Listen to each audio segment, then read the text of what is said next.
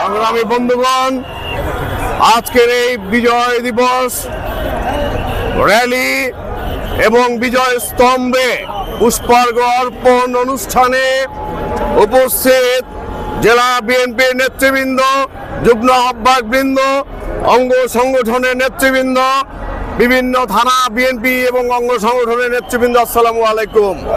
বন্ধুগণ, আপনারা জানেন চাষাঢ়ার এই পবিত্র জায়গায় এই ভেদিতে দাঁড়িয়ে গত 15 বছর ফ্যাসিবাদ বিরোধী আন্দোলনে আমরা এই দিনে বীর শহীদদের শ্রদ্ধার সঙ্গে স্মরণ করেছি। আমরা স্মরণ করেছি মহান মুক্তিযুদ্ধের ঘোষক শহীদ রাষ্ট্রপতি জিয়াউর রহমানকে।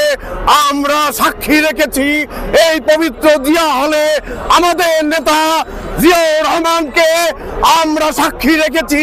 আমাদের সামনে 52 ভাষা আন্দোলনে যে ভাষার দাবিতে যে শহীদ মিনার স্থাপন হয়েছিল, সেই শহীদ মিনারকে সাক্ষী রেখে আমরা বলেছিলাম যারা এদেশের মুক্তিযুদ্ধের ইতিহাসকে বিকৃত করতে চেয়েছে, একদিন এই দেশের বীর জনতা তাদেরকে পরাস্ত করবে ইনশাআল্লাহ।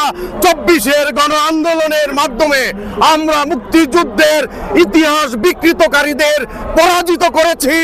আমরা পরাজিত করেছি 71-এ যারা এই দেশকে স্বাধীনতা সার্বভৌমত্ব বিশ্বাস করে নাই তাদেরকে পরাজিত করেছি, ফ্যাসিবাদকে পরাজিত করেছি, স্বৈরাচারকে পরাজিত করেছি। আমরা বীরের জাতি, আমরা বারবার বীরত্বের সঙ্গে ফিরে আসি। আমরা প্রতিষ্ঠিত করি বাংলাদেশি জাতীয়তাবাদ। আমরা বিশ্বাস করি বাংলাদেশের স্বাধীনতা এবং সার্বভৌমত্বে। আমরা এই বীর জনতা সব সময় আমরা লড়াই করেছি।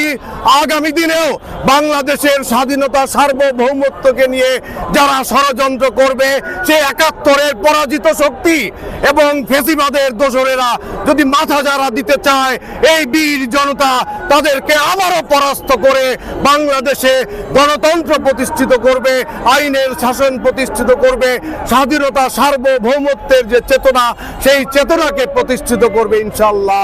আমাদের নেতা জনাব তারেক রহমানের নেতৃত্বে আগামী দিনে বাংলাদেশ নতুন করে বিনির্মাণ হবে, এই আশাবাদ ব্যক্ত রেখে 71-এর পরাজিত শক্তিকে অবশ্যই পরাজিত করতে হবে সেই প্রত্যয় ব্যক্ত করে আমি আমার বক্তব্য শেষ করছি।